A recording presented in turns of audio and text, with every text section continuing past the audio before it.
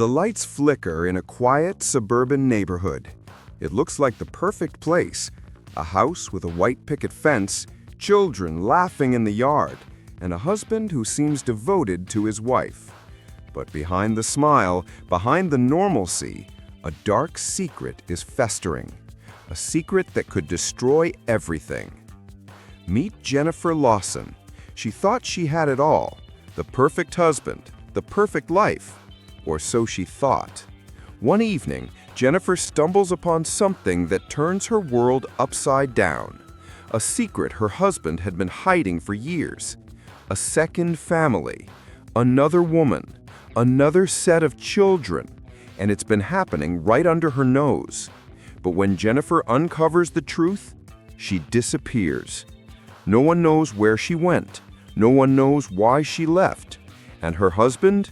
He's acting like nothing's wrong. But there's more.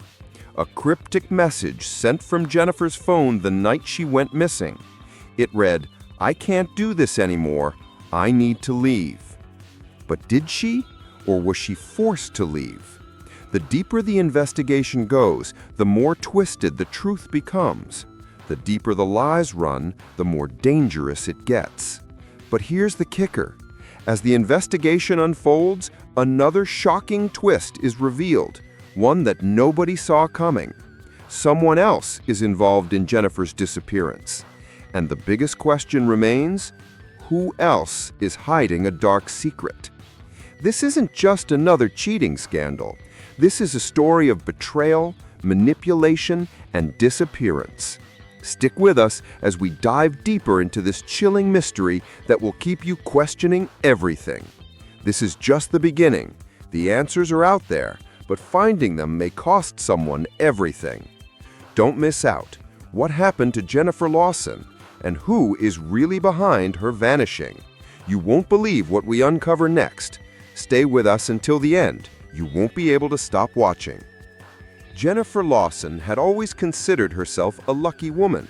Her husband Mark was a hard-working, charming man. They had been married for over a decade and built a life together that many would envy. 2 kids, a beautiful house, and a successful career. But one ordinary Tuesday night, everything changed. It started with something small, just a strange phone call. It was late, and Mark had left his phone on the kitchen counter, still buzzing with an incoming call. Jennifer didn't usually snoop, but that night, curiosity got the best of her. The name on the screen was unfamiliar, Rachel H. Jennifer didn't recognize the name. She thought it was odd, but she let it go. Until the next day, when the phone rang again, this time while Mark was in the shower. Jennifer, still uneasy, decided to check the voicemail. What she heard was chilling. It was Rachel. She was angry, demanding to know where Mark was and why he hadn't called. "I told you I needed you here tonight. You promised. Mark, you always do this. You better get back here or this is over." Jennifer's heart sank. Mark had been acting strange lately. He'd been distant, distracted.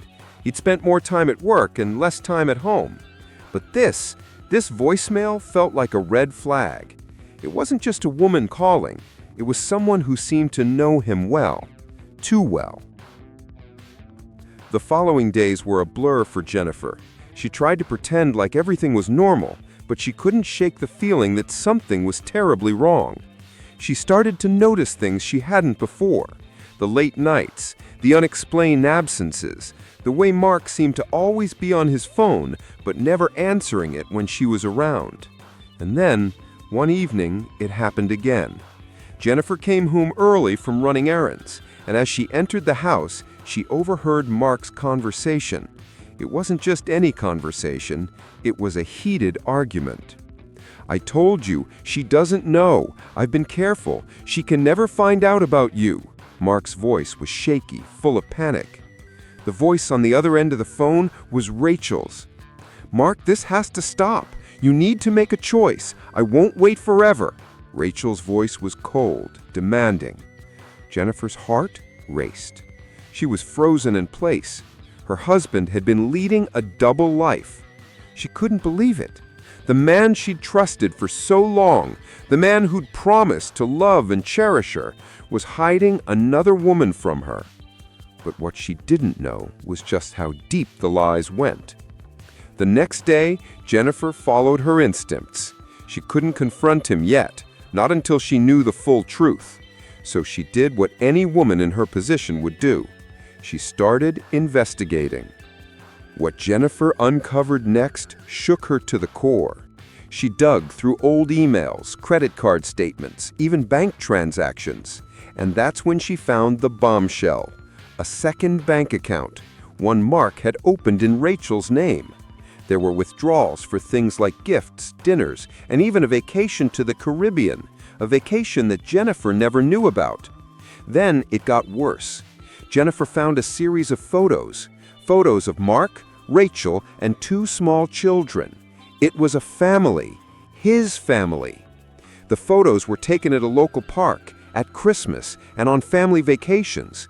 Mark had been spending time with Rachel and her kids, his kids, and Jennifer had no idea. But what really broke her was a letter she found buried in a drawer. It was a letter from Rachel addressed to Mark, saying, "I can't do this anymore. You promised me a life with you and the kids, but you're still with her. Make a choice, or I'll be gone." Jennifer's world came crashing down. Her husband wasn't just cheating on her.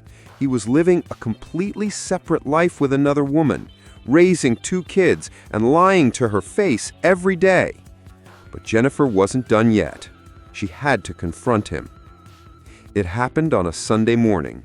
Jennifer waited until Mark was sitting at the breakfast table, drinking his coffee, acting as if everything was normal. She sat across from him, her heart pounding. "Mark," she said quietly, her voice trembling, "we need to talk." Mark's face went pale. "What's wrong?" Jennifer didn't waste any time. "I know about Rachel. I know about the second family." Mark's eyes widened in shock. For a moment, he was speechless. But then he broke down.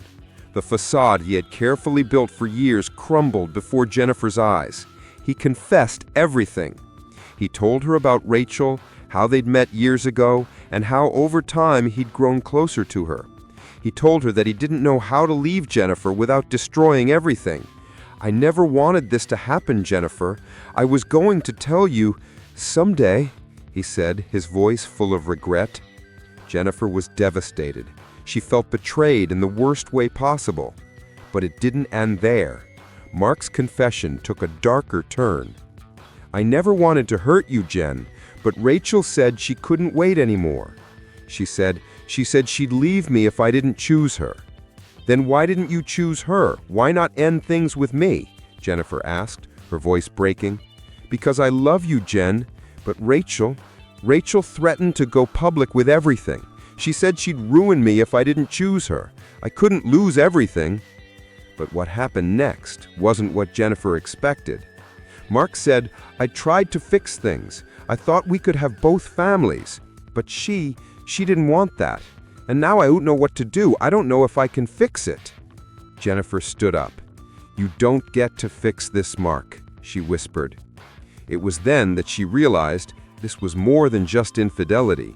This was manipulation, control, lies, and it was too late. That afternoon, Jennifer packed a bag. She needed time to think, time to process the overwhelming betrayal. Mark pleaded with her to stay, but Jennifer couldn't stay in a house filled with lies. Jennifer left. She drove aimlessly for hours, trying to escape the chaos. She texted a few friends, telling them she needed space, and then, as night fell, she stopped at a small roadside motel. She checked in under a fake name, determined to clear her head. But when her friends tried to contact her later that night, they got no response. Jennifer had vanished. Her phone was found abandoned in the motel room. Her car still parked in the lot. There was no sign of struggle, no indication of what had happened. The only clue was a cryptic message sent from her phone. "I can't do this anymore. I need to leave." Was she running from Mark, from the betrayal, or was something more sinister at play? Mark immediately became the prime suspect in her disappearance. But as the police investigated, a shocking twist emerged. Surveillance footage from the motel parking lot showed a strange figure, someone who wasn't Mark, approaching Jennifer's car in the middle of the night. Who was this person? And where is Jennifer? The case was far from over, and the deeper the investigation went, the more disturbing secrets came to light. Who is behind Jennifer's disappearance? And what happens when a betrayed wife seeks to uncover the truth? The answers might be closer than anyone thinks, but the real mystery is only just beginning. Stay tuned. Jennifer Lawson vanished without a trace after discovering her husband Mark had a second family. She checked into a motel under a false name, leaving behind her phone and car. Surveillance footage showed a shadowy figure approaching her car the night she disappeared. Mark became the prime suspect, but something didn't add up. Then, a bombshell. Someone else was involved. The surveillance footage from the motel parking lot wasn't just puzzling, it was chilling. Jennifer's car was parked near the entrance, and the camera clearly captured someone approaching the vehicle at 3:47 a.m. The figure wasn't Mark. It wasn't even someone Jennifer knew. The police couldn't identify the person, but the figure was tall, wearing a hooded jacket and walking briskly. Whoever they were, they didn't belong. The footage also revealed the person checking the back seat of Jennifer's car before quickly walking away. Why would someone approach Jennifer's car in the dead of night? And why was the figure so intent on making sure Jennifer was gone? The police expanded their investigation, scouring a motel's security footage for any additional clues. As they combed through the hours of footage, something else stood out. A car, a dark sedan, had been parked nearby at 2:30 a.m., just 15 minutes before the mystery figure appeared. It was a car Jennifer hadn't driven. Detective Hayes, who had been leading the investigation, felt his stomach tighten. The mystery figure wasn't the only red flag. It was the car, the untraceable vehicle that seemed to have been waiting for something to happen. The more Hayes dug into Jennifer's past, the clearer it became this was no random disappearance. The key to unlocking the mystery came when Hayes received an anonymous tip. It was a simple message delivered by a burner phone. Rachel knows more than she's saying. Look at her history with David. Rachel, the other woman in Mark's life, the one who'd kept the secret of their second family hidden for so long, was suddenly central to the investigation. Hayes had previously dismissed her as a jealous lover, but this new lead suggested there was more to Rachel than met the eye. The mention of David caught Hayes' attention immediately. David Carter, Jennifer's estranged father, had been brought up before, but the police had never fully explored his involvement. The question was, what did Rachel and David have in common? Hayes turned his attention to David's whereabouts. It wasn't long before he discovered something shocking. David had recently been in contact with a notorious underground network, a group involved in human trafficking and organized crime. Could Rachel, David, and Mark be involved in something darker than an affair? Hayes quickly got a warrant to search Rachel's apartment. What he found made his blood run cold. There, buried in a drawer, were bank statements, personal letters, and photos, some of which featured Rachel and David together in what appeared to be a romantic setting. But it wasn't just the photos that made Hayes' heart race. Tucked between the papers was a document. It was a plan, a detailed outline of Jennifer's disappearance. The document described in chilling detail how Rachel, David, and Mark had orchestrated Jennifer's vanishing. They had all planned it: the affair, the second family, the hidden bank accounts, and ultimately, Jennifer's disappearance. The plan was elaborate, carefully laid out, and meticulously executed. But the final step wasn't just about disappearance. It was about silencing Jennifer for good.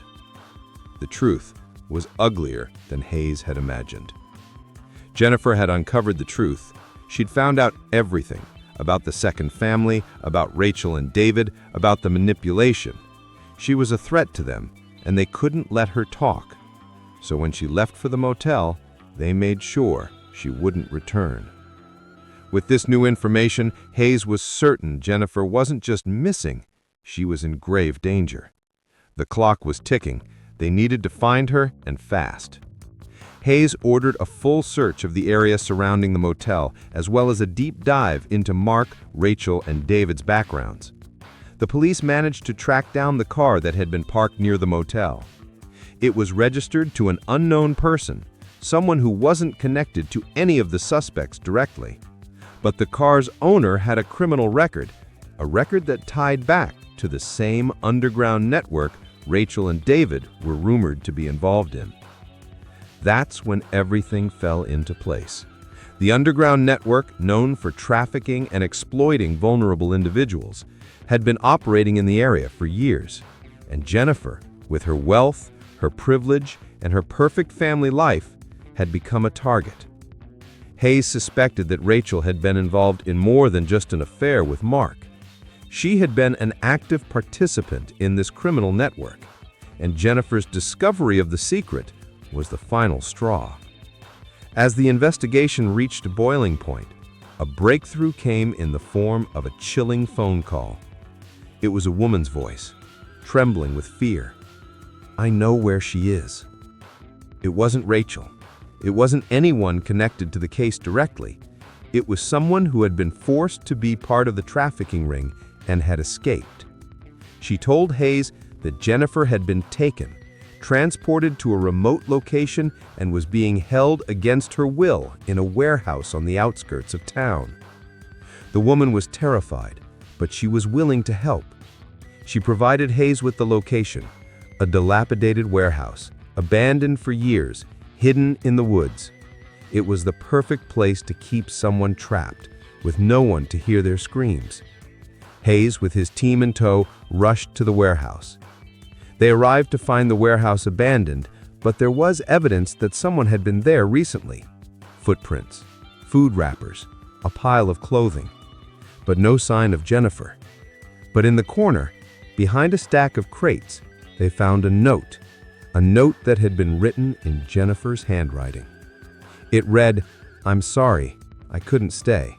I had to protect my children." The last sentence was chilling. Jennifer had left a trail, but it wasn't the one Hayes had expected. Had she escaped on her own, or had she been forced to leave by someone else? The case was far from over, but with this note, one thing became clear. Jennifer had fought back. Who is behind Jennifer's disappearance? And what did Jennifer mean by "protect my children"? Is she alive? Or is the game far more twisted than anyone expects? The truth is out there, but the danger is also there. Stay tuned.